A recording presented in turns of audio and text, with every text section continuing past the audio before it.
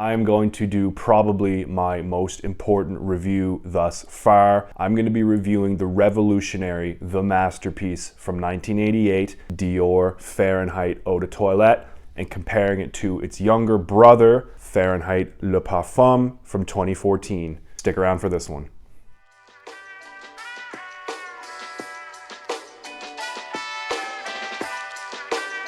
Hey everybody, welcome back to Real Scent Review. Tonight, like I said, I'm going to be pitting the classic Dior Fahrenheit Eau de Toilette against its younger brother, Fahrenheit Le Parfum. I'm going to be going over why they're important, what they smell like, and most importantly, my favorite of the two. So, from all the way back in 1988, it's Fahrenheit Eau de Toilette. Now, if you're a fragrance collector at all, you have heard of Fahrenheit, at least the Eau de Toilette version. I'm told that it was so revolutionary, it really just caught the world by storm. That's what they tell me. I wasn't alive in 1988, but there are people that I trust who have told me these things. So this is a 1988 classic, and it's the product of three famous perfumers, Jean-Louis Suzak, Maurice Roget, and Michel Almayrac.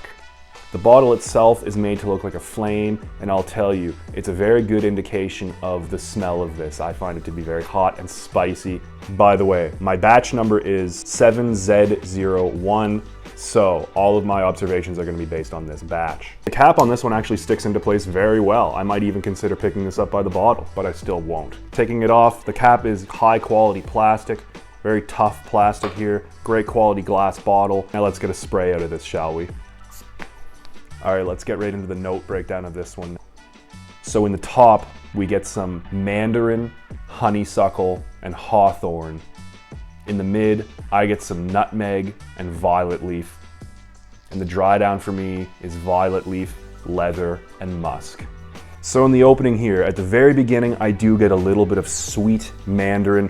Now that's mixed with some honeysuckle, which is a floral, lightly honeyed note, and also some hawthorn. So the hawthorn is a very woody, slightly animalic smelling flower. That one I think is a little bit more powerful than the honeysuckle in the beginning here, but the mandarin orange is the main note that I get in the beginning. This is an unmistakable opening here. This has to be one of the most unique fragrance openings ever. Instantly recognizable. As we start drying down here, we get some spicy nutmeg, which gives off a slightly earthy clove note. If you've ever cooked with cloves, you kind of understand how this nutmeg would come off in this fragrance, and it's paired with the violet leaf. Now the violet leaf is what this fragrance is really all about. The violet leaf has a slightly gasoline type of note, and it also smells a little bit of cucumber. So what you're gonna get here in the mid is a very spicy gasoline kind of accord going on. And I think it's very, very nice. But if you really dig your nose in, that violet leaf has different components to it. It definitely has the gasoline, slightly motor oil type smell, but it also has a light kind of ozonic cucumber thing going on at the end. Very interesting. And in the dry down, we get more of that violet leaf, and it's mixed with a nice, dry, slightly animalic leather. So out of all those notes that I've given you, by far the most prominent are going to be the violet leaf and the leather. That's what this fragrance is known for. It's known for smelling like gasoline, maybe like motor oil to some people. It's what people know it for, and I just think it's amazing. But not everybody's gonna like this, and I'm gonna get to that part later. So when Fahrenheit was released in 1988, this took the world by storm. So we get that honeysuckle, we get that hawthorn, and we get the violet leaf, especially in this fragrance, built around floral notes, and somehow it smells extremely rugged, very masculine. If we look back around the late 1970s, early 80s, there were a lot of very rugged masculine fragrances. Two that come to mind are Koros by YSL and Antaeus by Chanel, for example. Very heavy animalic fragrances, but they were based around aromatics, some different herbs, some woods, definitely some animalic notes as well. And considering the amount of florals in this, it just smells absolutely rugged, masculine. Now, mostly what we're gonna get here in the fragrance, like I said, is that violet leaf and the leather, especially in the dry down, the leather is very prominent. Now, those two notes are not unique to Fahrenheit, and in fact, Fahrenheit was not the first to use those two notes. So if we go all the way back to 1944, there was a fragrance called Bandit, and it was released by Robert Piguet, the fragrance house. That was one of the first fragrances to really use that dark, mysterious leather accord. And later on in 1975, the fragrance company Jeffrey Bean released a very popular fragrance called Grey Flannel. Grey Flannel definitely has that violet note, kind of gasoline-y a little bit, but it's much more powdery than it is in Fahrenheit, not nearly as bold. So really, Fahrenheit definitely takes aspects of those two classics that I just mentioned, but Fahrenheit combines them, adds some more distinct notes, and makes an absolute masterpiece that we have today. This is such a good fragrance. I can't even express how great this is. Keep in mind the batch code that I gave you. The performance on this one, really good. For the first 2 hours, I get solid projection, and this lasts on my skin for a total of about 8 hours. So it's not the most powerful fragrance ever, but I find it to be well above average. And I know a lot of people out there say that the vintage batches are the strongest. That seems to be a pretty frequent refrain among classic fragrance lovers. I can't speak to the authenticity of those claims. I've never smelled a classic batch of this, but I can tell you, this here is definitely a strong fragrance. Like I said, not the strongest, but I have to say, the people out there who think the modern batches of Fahrenheit are weak, I just don't understand that. I think this is definitely a strong performer. This is super high quality, great performance, and it's super unique. There's nothing else like this on the market. Some have tried to imitate it. There's one by Mercedes-Benz, but there's just no touching the original Fahrenheit. This is one of the greatest designer fragrances ever released, in my opinion. And you're gonna pay for that quality. This is not cheap. I'm gonna leave a link down below where you can pick this up if you so choose. But in my opinion, it is worth every penny. Fast forward to 2014 and we have Fahrenheit Le Parfum. This is a François Desmarchais creation. He's also known, by the way, for having created Dior Homme Parfum. So as you can see, very similar bottle design, although this one is shorter and stockier. It's a stout little bottle here, and the batch code on this one is 2K02, so another modern batch here. This one here, the cap is a little bit different. As you can see, only the top part of this cap comes off, not the whole thing like on the Eau de Toilette bottle. Now let's get a spray out of this. Excellent atomizer as well. I swear this line, the Fahrenheit line, has some of the best atomizers in the game.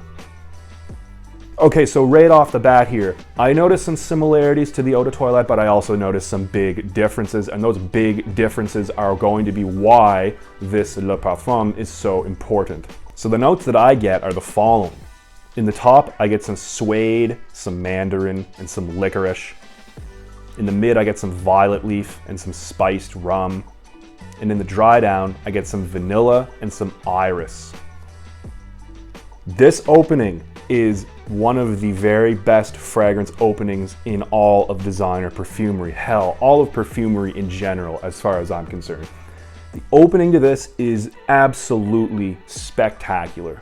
So we get some suede, which is a very light leather note, not overpowering at all. It's very likable, soft leather, let's say. And that's paired with the same type of mandarin that we get in the Eau de Toilette, but instead of being mixed with florals, this one is mixed with a woody, spicy licorice that's also kind of sweet. I love the note of licorice, and although the licorice is not super heavy in this, unfortunately, I think this opening is just crazy good. And in the mid, we get some more of that violet leaf that does give a little bit of that gasoline-y tinge, although not nearly as much as in the Eau de Toilette. And this violet leaf is mixed with some spiced rum. So if you've ever smelled spiced rum before, you notice it has a little bit of cinnamon, maybe a little bit of cloves, maybe even a hint of licorice and vanilla. That's definitely what we get in the middle here. Beautiful spiced rum mixed with that gasoline-y violet. And in the dry down, vanilla. We get a heavy blast of vanilla. The vanilla in this is such good quality. And I absolutely detect some iris in the bottom here. So the iris paired with that vanilla is gonna give this a slightly powdery, ever so slightly lipsticky smell. And if you've ever smelled the Dior Homme line of fragrances, you'll know exactly what I mean. I definitely get some vibes of that in the dry down of this. However, this is not nearly as feminine as the Homme line. The Homme line, a lot of people, myself included, think that that line kind of slightly leans feminine, mostly because of this lipsticky iris. But the way it's blended in this fragrance here, first of all, it's not very strong, not nearly as strong as it is in the Homme line, but the way it's mixed with all those other notes in this here, just makes it super masculine, rugged, but not as much as the Eau de Toilette.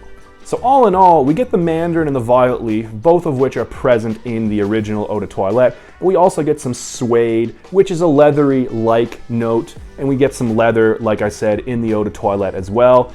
So this one here, you can tell that the original Fahrenheit DNA is there, but it's toned down a lot. And we add some rum and definitely some vanilla in this one here. So this one here, if we could put it simply, it's just kind of a modernized, more mass appealing version of the original. Now, I'll tell you, Fahrenheit Parfum, this is widely loved. Everybody I've ever shown this to has absolutely loved it. It's sweet. It's very, very high quality. It's well made. It's just mass appealing. It's phenomenal. Smells great. Now, the Eau de Toilette is definitely a little bit more challenging. This is manly as hell. This is in your face. It's a little bit rough, and it's just so unique. There's nothing else really like this on the market, and a lot of people think that this smells very mature and just a little bit too brazen. For that reason, it's not quite as appealing as the Le Parfum version.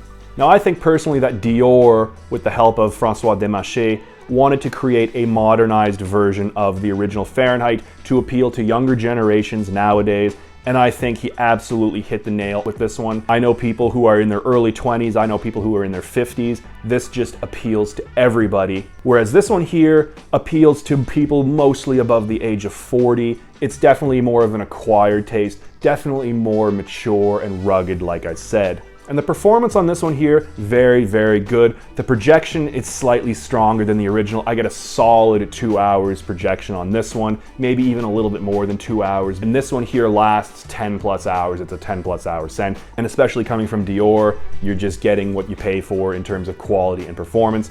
And having said that, again, not a cheap fragrance. I'm gonna leave a link below where you can find this, pick it up if you so choose. So here we have two amazing fragrances.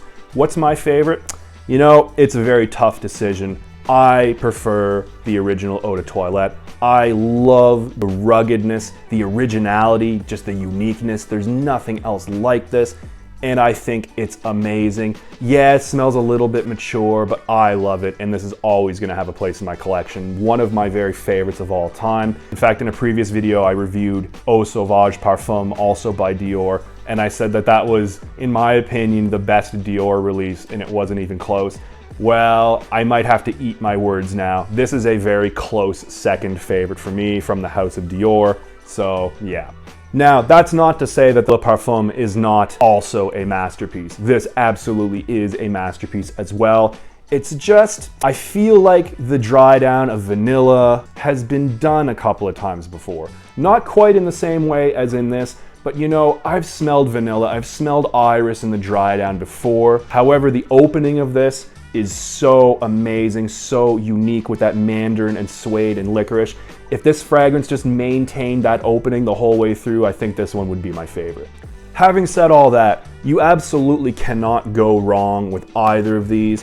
If you're kind of new to collecting, maybe you don't know what the Fahrenheit DNA smells like, I would say go for the Le Parfum first, because like I said, this is just more appealing, but it maintains the super high quality, great projection, great longevity, just a super solid fragrance. However, for all the other people, you know, for more advanced collectors, I know you guys already have this in your collection, so I'm not gonna say anything about that. Anyway, guys, two phenomenal fragrances. These have to be up there with some of the very best designers ever released, in my opinion. And you can see the sales figures to back that up as well. But these just are so, so good. Really, you can't go wrong with either one of these. Anyway, that's been my review of Dior Fahrenheit Eau de Toilette and Dior Fahrenheit Le Parfum. Hope you've enjoyed it, guys. Until next time, keep it real.